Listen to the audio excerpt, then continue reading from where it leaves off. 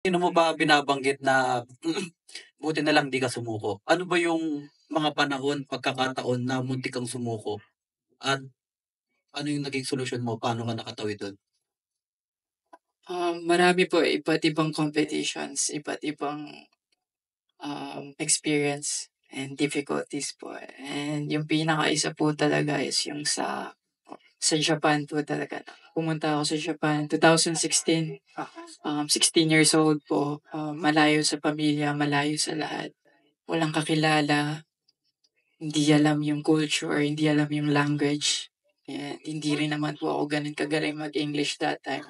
And kahit marunong ako mag-English that time, hindi din po sila marunong mag-English. So yung barrier po na yun, ang nahirapan ako and sobrang shock po ako at, mabigat po yun para sa mga teenager na kagaya ko that time. And siyempre mahirap din po yung training, iba po yung training sa Pilipinas and iba po yung naging training ko sa Japan.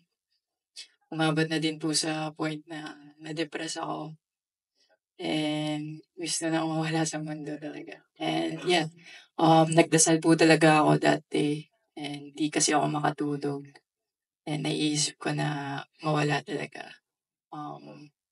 Nagdasal ako kay Lord hanggang sa nakatulog ako.